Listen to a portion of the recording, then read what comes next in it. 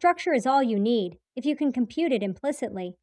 Beneath every prime, every plot twist, every decision we make lies a silent grammar shaping what's possible. In this episode, we don't just tell stories, we descend into the physics of storytelling itself. Welcome to the Deep Dive.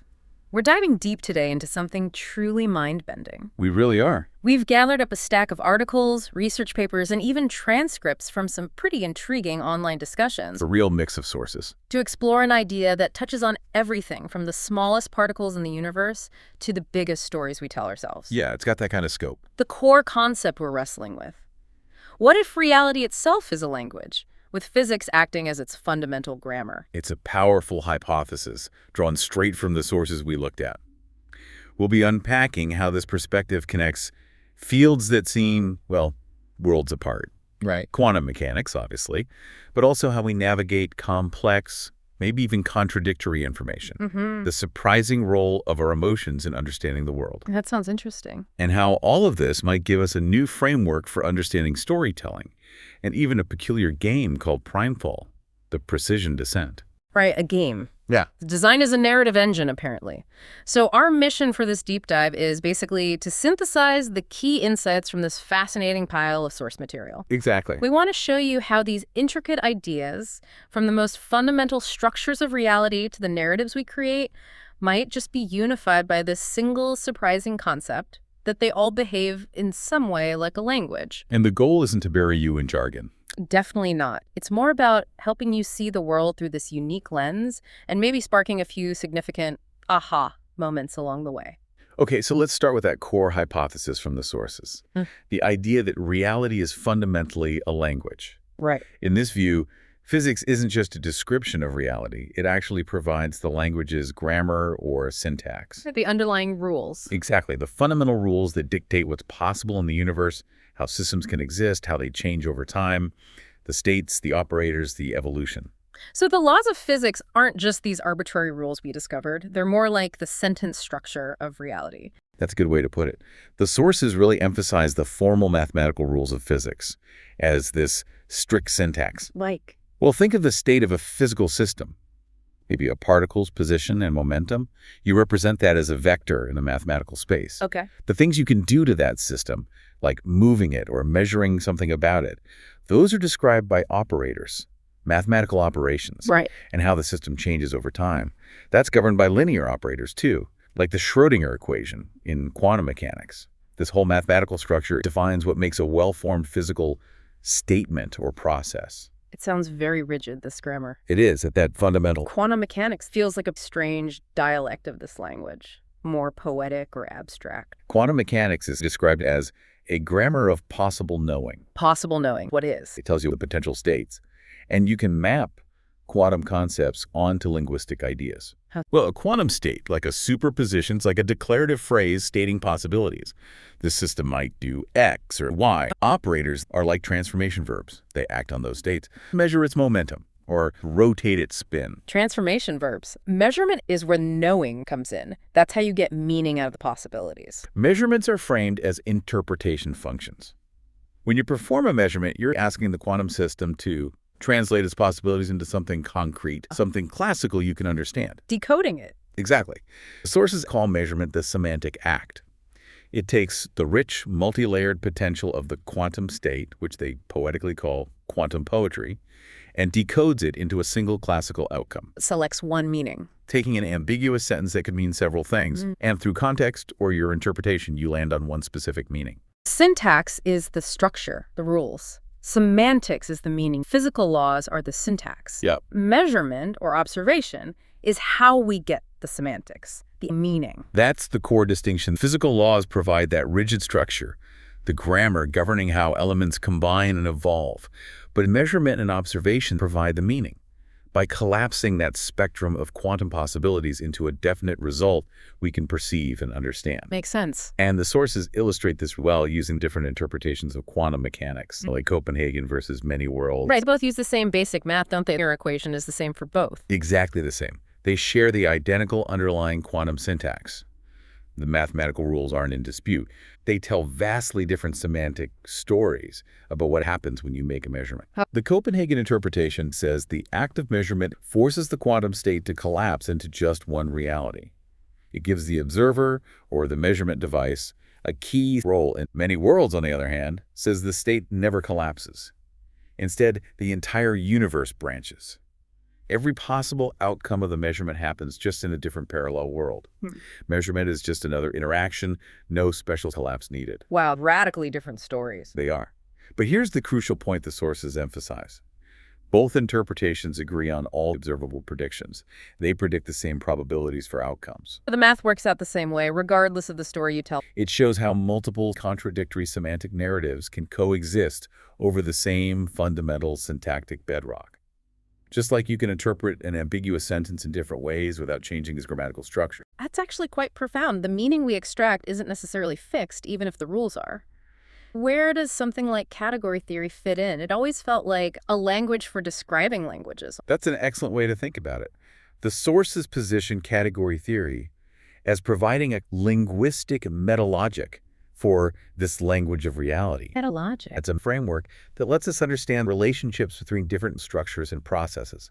A language for describing grammar itself. How does that help with physics? Structures called monoidal categories are used to show how quantum processes can be composed, how they stack and sequence together.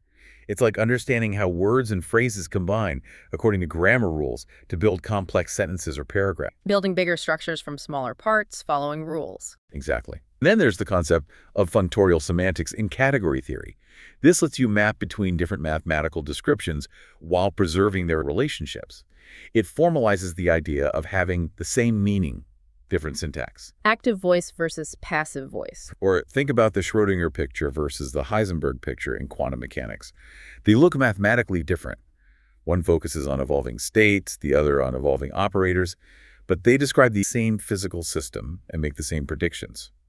Category theory gives us the tools to prove their equivalence, to translate between these ways of speaking about reality. It helps bridge descriptions. Sources hint at deeper connections, like topos theory. This explores how physics might be described using different kinds of logic, maybe not just true-false, but something more nuanced, like probabilistic possibility, fitting for quantum mechanics. Category theory isn't just translating, it's exploring the structure of the language of reality and how different formalisms relate. Exactly. And this mathematical meta-language also helps us get a handle on some of the most bizarre quantum phenomena, like contextuality and non-locality, framing them through a linguistic lens. Contextuality and non-locality. How do those relate to language? They seem purely physical and deeply weird. Let's take contextuality. This is the phenomenon where the outcome when measuring a property of a quantum system depends on what other properties you measure alongside it. The context matters. So in the language analogy, the measurement outcome is the meaning you extract.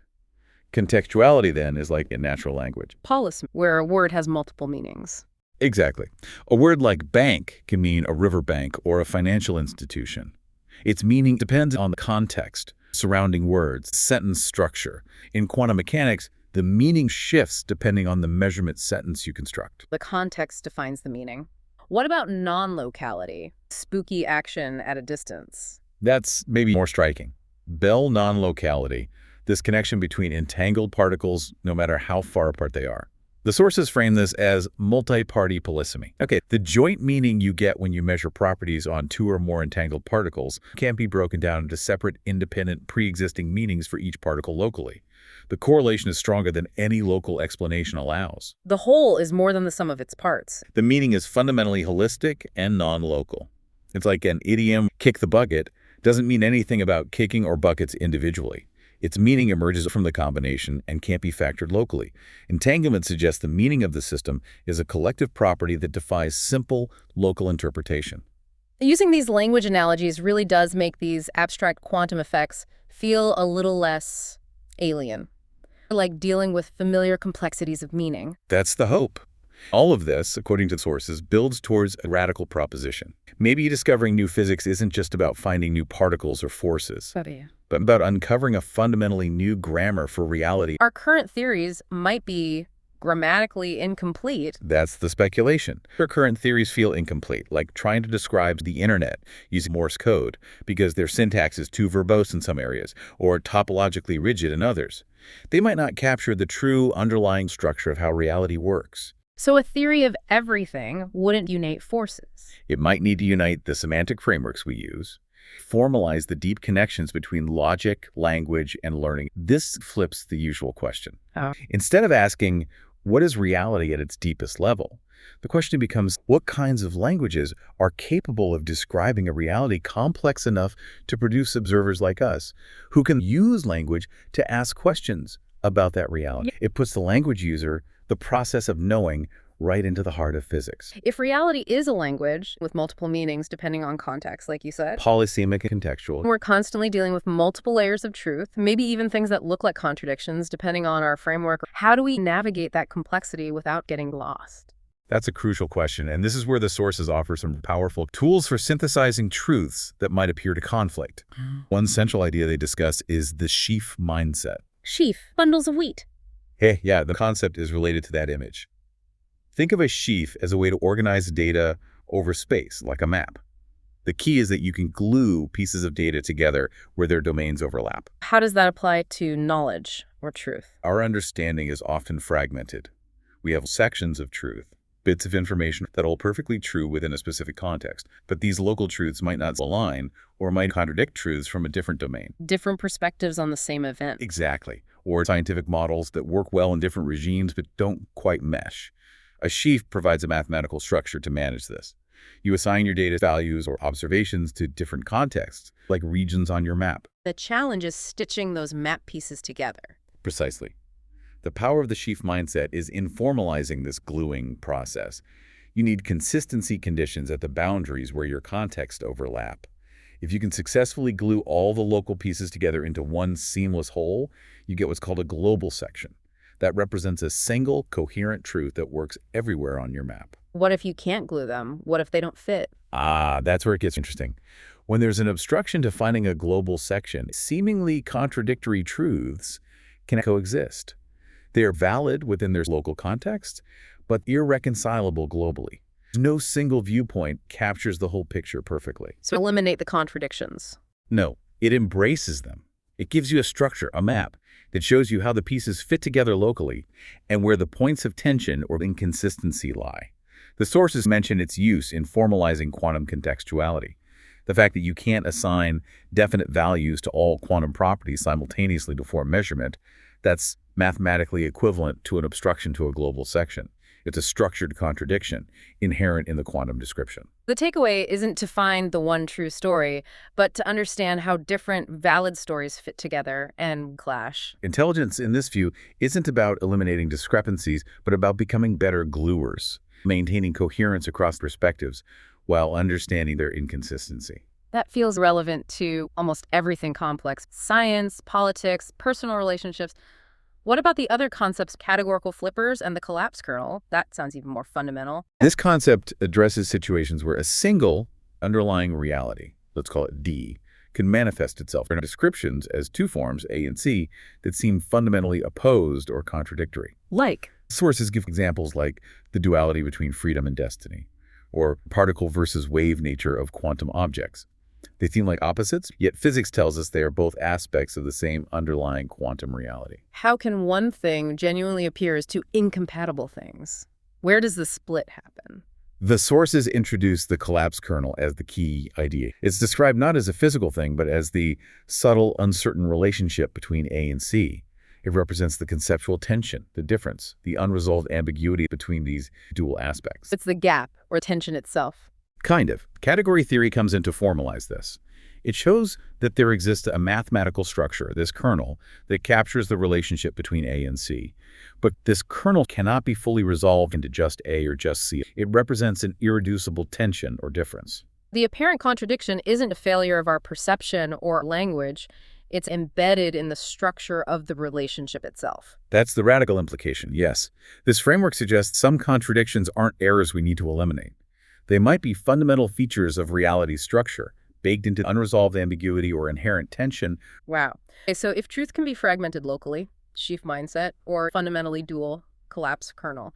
How does this affect how we interpret complex information like texts or complex situations that might hold meaning on multiple levels at once? The sources mentioned recursive truth. This idea addresses the way complex information, think of ancient myths, sophisticated literature, maybe even deeply layered scientific theories, can hold meaning that unfolds on multiple levels simultaneously. Not just one meaning, but layers of meaning. The sources use the interpretation of ancient Hindu text as a prime example. You can read a story literally, but also symbolically, psychologically, cosmologically. Like the example of Ravana having 10 heads. He's a monster with 10 heads. Symbolically, those 10 heads might represent 10 different negative human tendencies or mastery over 10 fields of knowledge that can be misused. Both interpretations can be valid depending on the reader's focus and understanding. So it's not about choosing the correct interpretation. It's about understanding the richness from multiple valid interpretations coexisting. This ties into another concept, quantum faith. Quantum faith, not religious faith. It's described as a deep intuitive connection or mode of understanding. Truth can manifest differently depending on the level of understanding or consciousness of the recipient. Meaning isn't just in the text or data. It unfolds through the interaction between the information and the seeker. The meaning emerges from the dialogue between the text and reader. Yes, or between reality and the observer. It suggests a sophisticated model of knowledge transmission, where diverse interpretations aren't just tolerated, they're essential for grasping a deeper, more flexible truth. The sources mention this anecdote about a community called Lakshmi Nagar. Oh, where they painted their houses different colors. Right. And the interplay of light reflecting off those houses created emergent patterns, local groupings, and a stable, diverse community structure. It's a physical metaphor for how simple local elements and interactions combine to create complex, meaningful structures, almost like a narrative phase transition driven by spectral properties of light. Understanding complex truth involves engaging on multiple levels, allowing meaning to emerge. This feels very cognitive, very intellectual. But you mentioned earlier the sources bring in the power of emotion. How does feeling fit into acquiring knowledge, especially about abstract things? Sources challenge the traditional logic-driven view of epistemology. Yeah. They introduce this concept from traditions called praman. It proposes that intense emotions, particularly things like deep love, profound faith, a passionate connection to the subject, can actually function as tools of knowledge. Wait, emotions as tools for knowing? Sounds counter to the usual scientific ideal of objective detachment. It does on the surface. But the sources offer compelling examples to back this up. Think about the mathematician Ramanujan. The Indian mathematician. He produced incredibly deep, complex mathematical theorems that seemingly came out of nowhere, baffling mathematicians at the time. He himself attributed many of his insights to visions granted by his family goddess. That's one example. Any others? Consider Einstein. His search for fundamental laws of physics wasn't just driven by equations. It was guided by his belief in the beauty, simplicity, and harmony of the universe. He spoke of listening to the universe, having a feel for the right direction. It was an emotional compass as much as a logical one. Barbara McClintock. Yes, the Nobel laureate who discovered jumping genes. Her breakthrough didn't just come from meticulous experiments with maize plants. She described having an intense, intuitive feeling for the organism, a deep connection that allowed her to perceive patterns and anomalies others missed. She felt she knew the plants. These deep emotions or strong intuitions act like a different kind of perception, seeing connections logic might miss. That's the idea. They can function as a compass or instrument, guiding our exploration on the map of knowledge. Connecting back to the Sheaf mindset we discussed. Right, local truths. Emotion might help us feel for agreements. It could give us an intuitive sense of where different local truths might cohere, where they can be glued together smoothly, and also help us discern where the truly fundamental contradictions lie, where gluing fails. It suggests knowing needs to be broader. Acknowledging paths to truth can be diverse, sometimes unexpected, and deeply felt. That's a really beautiful and more holistic way to think about knowledge. That feeling isn't just noise, it can be signal. Let's shift gears a bit. You mentioned a physics principle earlier that seems to act as a major organizing force across many systems, the Spectral Symmetry Confinement Principle, or SSCP. Yes, SSCP. It's presented as a really fundamental principle. What does it state? The core idea is when a system possesses a symmetry, meaning it remains unchanged under transformation, often described mathematically by a group G. Rotational symmetry, for example. When that symmetry G is present, It forces the system's spectral properties to be confined. Spectral properties. Energy levels are a prime example. Also, eigenvalues of important operators, characteristic frequencies the system can vibrate at, basically the fundamental set of values that characterize the system's behavior.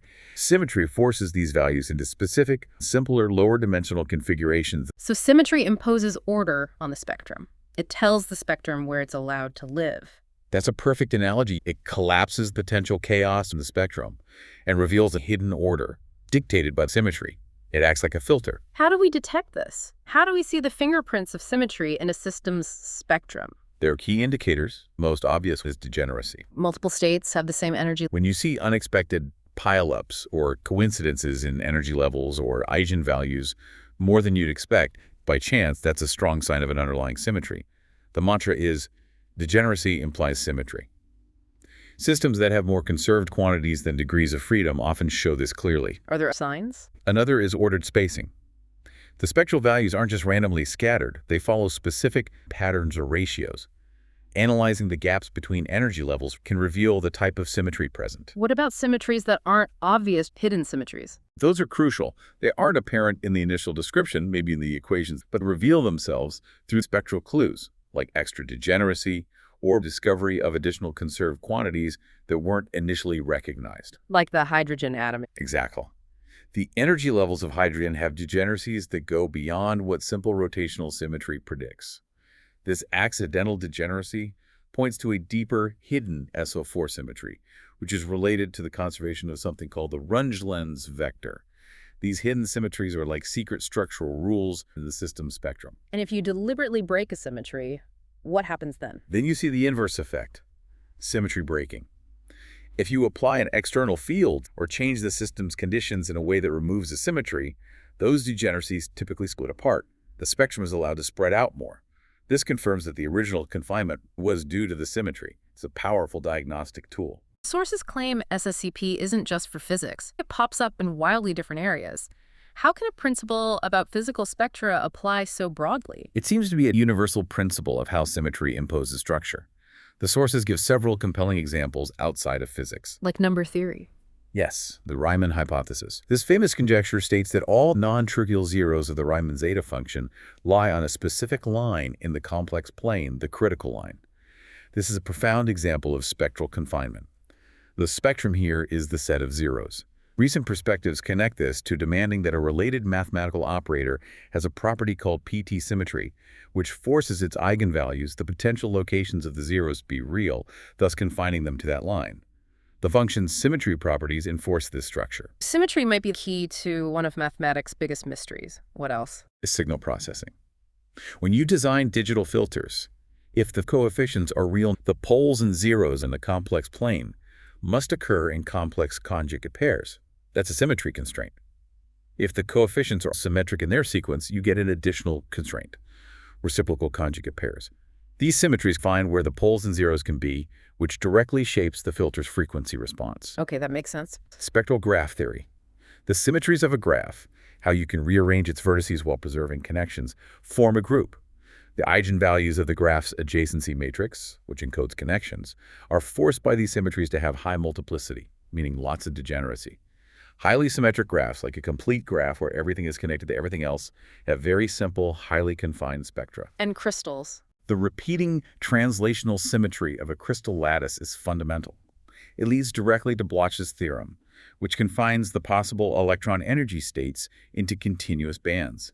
Point group symmetries, like rotational or reflection symmetries, at high symmetry points within the crystal's momentum space in these energy bands. Symmetry dictates the allowed spectral structure. Symmetry restricts possibilities, confines characteristic values, and imposes order, whether we're talking about quantum particles, prime numbers, signals, networks, or materials. It's a fundamental principle of organization. This is a powerful concept. Reality as language, layered or contradictory truths, the role of emotion, and this organizing principle of symmetry, and apply them to something seemingly different, like storytelling. This leads us into what the sources term narrative. The core proposal is radical. Treat your story as if it were a physical system. How? Characters are particles. Characters can be thought of as particles or components of the system. Their motivations, desires, and conflicts act like forces driving the system's evolution. Significant plot beats, turning points, or stable story situations. Those are like the energy levels or characteristic states the narrative system can occupy. What's the goal for a storyteller in this framework? What are they doing? Mastery in storytelling is about engineering phase transitions within the narrative. Phase transitions, like water boiling, solid to liquid. Exactly. Yeah. Just as a physical system can undergo a dramatic shift in its properties, at a critical point, a story can shift dramatically in tone, stakes, character states, or the narrative's overall configuration at key junctures. The classic plot arc, exposition, rising action, climax, falling action, resolution can be mapped onto a system undergoing transitions between different phases. How can we model that more formally? Can physics theories be applied? The sources discuss using Landau-Ginzburg theory, a powerful framework in physics for describing phase transitions. Okay. How does that work? Landau-Ginzburg theory uses a free energy function, which depends on an order parameter, let's call it SSCP. This parameter measures the degree of order or the state of the system, like magnetization in a magnet. For a story, your order parameter could represent something quantifiable, like the average level of tension, the magnitude of the stakes, or the protagonist's psychological state. How does the story change phase? The storyteller manipulates control parameters, analogous to temperature or pressure in physics.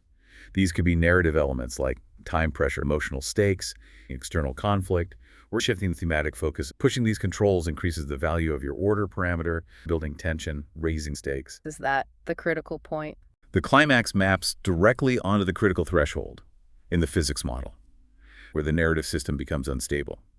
It can be triggered by a shocking betrayal, an irreversible moral choice, a major revelation, some trigger scene that acts like a tiny nudge pushing the system over the edge. At this point, story changes dramatically, often soaring, as the narrative enters a new phase what the sources call the broken symmetry phase, the chaotic, unpredictable state of the climax. Different parts of the story correspond to different phases. The sources map out narrative configurations. The initial calm, low-tension state is the vacuum phase. The climax, with its irreversible action and unpredictable outcome, is the broken symmetry phase. Things like enduring themes, protected characters, think Yoda's wisdom always being there, or a MacGuffin that survives chaos, are akin to topological order, robust features protected by the story's structure. A fragmented narrative, maybe with stalled subplots that only advance when multiple lines intersect, could be seen as a glassy fractal phase. And the resolution, the story's end state, that's the re-equilibrated new vacuum, the transformed world, the new normal after the dust settles. Can you have different kinds of climaxes, like phase transitions in physics? Sources distinguish between first-order and second-order transitions in narratives. A first-order transition is abrupt, discontinuous thing. Think a sudden, shocking reveal that instantly changes everything, or a betrayal out of nowhere. A second-order transition is gradual, like this buildup of tension towards a breaking point, or the gradual moral decay of a character that eventually leads to a major shift. The storyteller is like a narrative engineer, tuning the system. Exactly. They're like a material scientist, tuning the plot parameters to induce specific desired emotional and structural changes in the narrative, and thus in the audience's experience, sculpting the journey. That's a fascinating way to think about writing. What about the renormalization group? How does that apply to stories? Seems even more abstract. RG is a powerful tool in physics for understanding how a system's behavior changes as you change the scale at which you look at it. In story scales too, right? They absolutely do. You have the individual scene, the chapter or episode, and the overall story arc or series. RG involves a process called coarse graining, where you average out fine details to see the larger picture. How does RG track a story across scales? The sources propose a really elegant idea. Plot is the renormalization group flow of theme. Plot is the RG flow of theme. Plot isn't just a sequence of events. It's the process by which the story's core theme, its central message, its underlying philosophical question, its dominant emotional energy evolves and becomes clearer as you move from the fine-grained details of individual scenes up towards the overarching structure. The RG flow describes how initial details, minor characters, or subplots get resolved at smaller scales, allowing the core theme to become more pronounced at the larger scale. So the plot is the journey the theme takes, revealing itself as we zoom out or move forward. Precisely. The progression of the plot is seen as being guided by the theme's beta function, a concept from RG that describes how a property changes with scale. This determines how the thematic energy flows, where the narrative universe is heading, and what kind of stable thematic message it might settle into. You could use RG to analyze if a story is heading towards, say, a hopeful or a nihilistic conclusion based on how the theme flows. That's the idea. Look for fixed points in the RG flow, representing stable thematic outcomes. Maybe a story starts as a romance, but its thematic flow shifts it towards horror, would be like a narrative phase transition at the macro level of the series or genre. This gives a really rigorous way to connect plot mechanics to thematic development, and SSTC, the symmetry principle that applies directly to mapping. Yes, the sources make a very direct mapping of SSCP onto narrative structure. What acts as the symmetry in a story? Establish genre conventions, rules of a detective story, beats of a rom-com, consistent thematic rules like good triumphs, a stable point of view, or consistent character motivations and limitations. These act as the symmetry group G of the narrative. They represent the underlying invariances, the structural rules the story largely adheres to. Okay, those are the symmetries. And SSCP says symmetry confines the spectrum, so in a story. SSCP implies spectral confinement in the narrative. This symmetry group dictates a limited archetype space or a restricted set of eigenplots, the allowed storylines, the fundamental narrative structures that are consistent with the story's established rules and symmetries. Think of the classic hero's journey structure in mythology, or the inescapable tragic structure in certain plays. These are like confined spectral states dictated by the narrative's symmetries. And degeneracy. That could manifest as multiple subplots that share the same thematic weight or different plot threads that converge to the same overall outcome. They're different paths leading to equivalent results allowed by the symmetry. Breaking narrative symmetry, that's the plot twist. A major genre-bending twist or a significant unexpected plot twist that violates the audience's assumptions is a symmetry-breaking event in this framework. It disrupts the underlying narrative symmetries, splits the previously degenerate plot spectrum into new branches, and unlocks entirely new possibilities, new dimensions for the storytelling. A twist that was foreshadowed, one that makes sense. That could be seen as revealing a hidden symmetry, a deeper rule or pattern that wasn't obvious until the twist revealed its significance. It reinforces the idea that structure precedes emergence. In stories, like in physics, underlying symmetries define the landscape of what's possible. Narrative temperature dictates when changes are likely, and phase transitions, major twists, climaxes, are the moments when the rules are rewritten. This is compelling. Seeing physics principles mirrored in storytelling provides a different lens. Is there a concrete example that lets you play with these ideas? This brings us to primefall, the precision descent, which the sources describe in fascinating detail. It's positioned not just as a game, but as a unique procedural narrative engine. The procedural narrative engine. A sandbox for seeing phase transitions in action, a miniature grammar of chaos and order, a playable simulation of your narrative physics. A playable grammar of chaos. Sounds tense. How do its mechanics embody abstract physics and narrative concepts? Primefall is described as a multiplayer push-your-luck game. Players are descending into what's called an arithmetical abyss. They do this by working with prime numbers and potentially infinite decimal expansions. The goal is to accumulate entropy depth, a measure of informational chaos derived from these numbers. Push your luck, so there's risk. The core tension is the decision.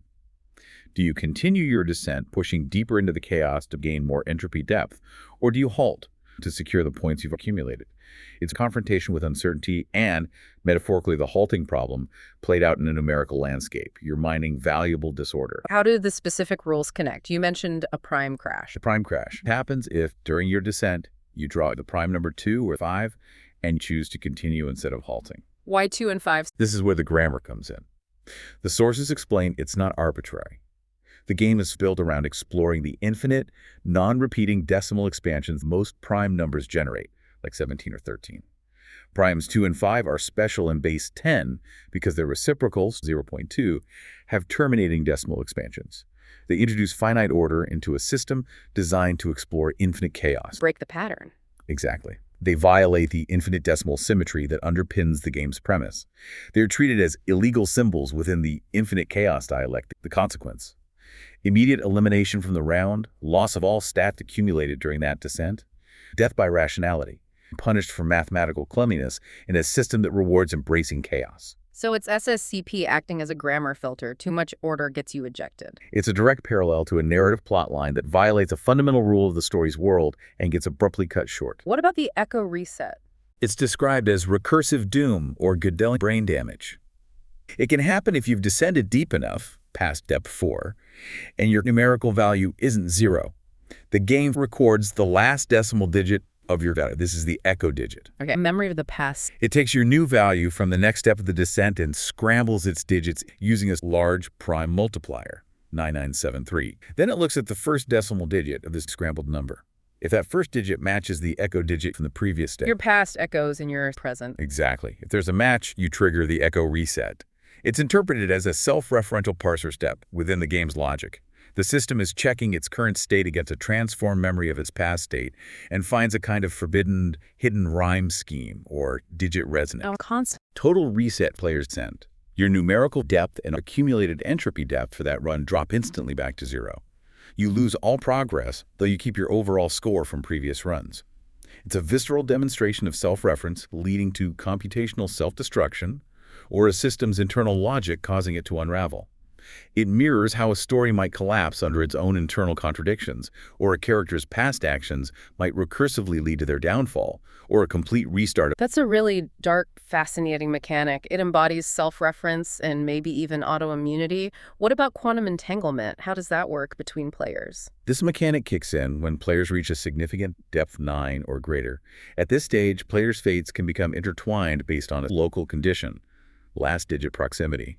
If the last digit of their current numerical values differs by 2 or less, they form entangled cohorts. Based on the last digit. A simple local condition creates a potentially complex, non-local consequence, shared fate.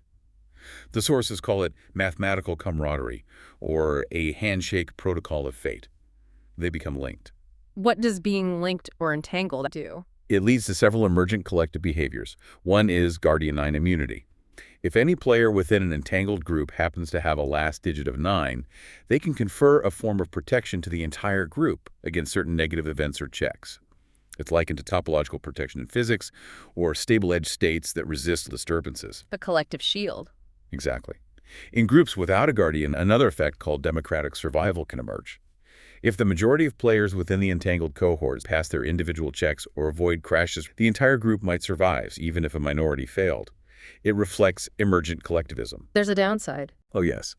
The big risk is linked fate collapse.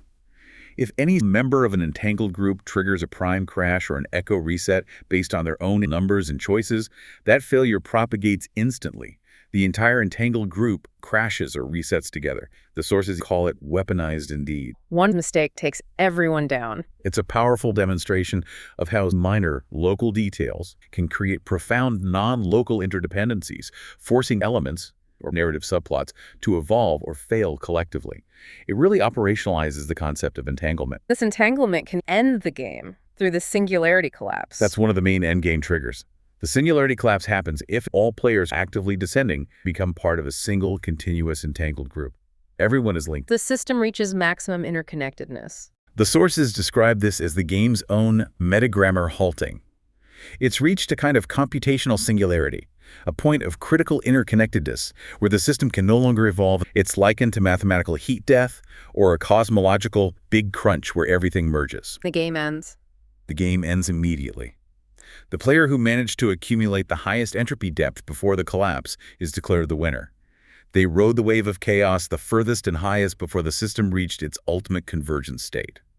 It's presented as the ultimate narrative phase transition within the game's structure, the climax and resolution where all threads converge, and the winner emerges. Primefall isn't just a game about primes. It's a working model, a dynamic simulation of these narrative physics principles. That's exactly how the sources frame it. Rules and mechanics create and enforce these narrative behaviors. You start in a stasis, you enter metastable states, push your luck, and build entropy tension.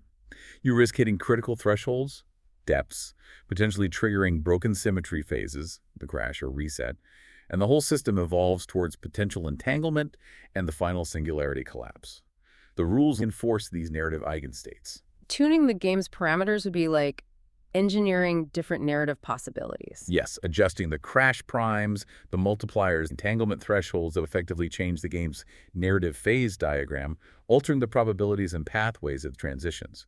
It serves as a microcosm, a live demonstration of how underlying rules, symmetries, and local interactions shape emergent spectral and narrative outcomes. The source is explicitly connected back to the Lakshmi and Nagar anecdote, too, seeing the community shift driven by local color choices as mirroring prime-false dynamics of local conditions driving system-wide transitions. It's something, seeing these abstract concepts, symmetry, confinement, phase changes, entanglement, chaos versus order made tangible, something you can interact with, even in this strange, intense game format. It provides a bizarre grounding for the principles. And it sets the stage for that core mantra from the sources, the one that tries to synthesize many of these ideas about narrative physics into 3 lines. Let's revisit that mantra. It was, plot is the renormalization group flow of theme. Climax is its critical point. Resolution is the new vacuum of meaning. How does that statement tie so much together? Connecting it back to everything we've discussed. First line. Plot is the renormalization group flow of theme. RG flow. We talked about how RG tracks behavior across scales. In narrative physics, plot isn't just what happens next. It's the dynamic process, the flow, describing how the story's central theme, its core message, its philosophical charge, its fundamental conflict evolves and manifests as you change scale. Moving from micro details of scenes, zooming out to chapters, then to the whole arc. The plot is how the theme reveals itself and solidifies across these scales. So the sequence of events serves to channel and reveal the underlying theme as we progress. The plot's progression is seen as being guided by the theme's beta function, dictating how the thematic emphasis shifts and where the narrative universe is ultimately heading. It highlights how underlying thematic structure dictates the trajectory of the plot. Okay, that connects plot and theme. Second line, climax is critical. This links back to phase transitions and Landau Ginzburg theory. In physics, a critical point is that moment of maximum instability and susceptibility. Fluctuations are huge. The system is poised for radical transformation. Small nudges have massive consequences. Like the boiling point. Precisely.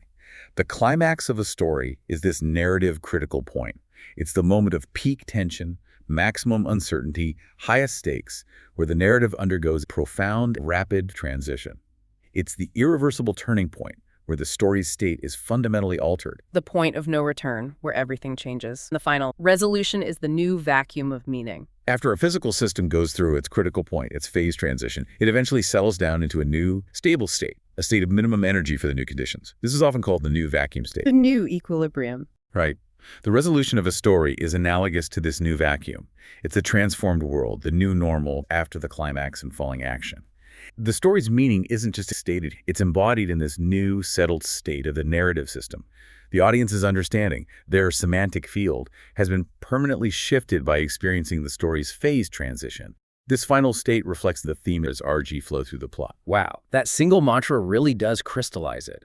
It pulls together RG, critical phenomena, phase transitions, and vacuum states into one unified framework for understanding narrative structure from this physics as language viewpoint. It's a remarkably concise and powerful synthesis, potent way to analyze the deep structure and dynamics of storytelling. Bringing all these threads together, reality is language, tools for synthesis like Sheaf theory, emotion is knowledge, SSCP, narrative physics, primefall, the mantra. What are the big picture implications? What does viewing things this way offer us? One of the biggest takeaways is the fundamental role of symmetry as an organizing principle. It runs through everything. It's not just about aesthetics. It's a deep structural constraint. It profoundly shapes and confines possibilities everywhere. The fundamental laws of physics, the structure of mathematical truths, how we organize knowledge, and in the archetypal patterns of our stories. It prevents pure randomness. It imposes order and structure on these systems. Symmetry often leads to localization, things confined to simpler spaces. Yes, that's another key pattern. Symmetry, often working together with topological properties, tends to force the crucial features or behaviors, whether it's the zeros of the zeta function, protected states, or core narrative outcomes, into simpler, lower-dimensional regions or structures. Complexity gets localized and managed. Does understanding these symmetries make complex systems easier to handle, more predictable? It leads to enhanced solubility and predictability. When you identify the underlying symmetries, even in complex systems like topological phases or intricate narratives, you gain a powerful analytical handle. The system becomes more ordered, its behavior more predictable in key ways. Features protected by symmetry are robust. That's a major consequence.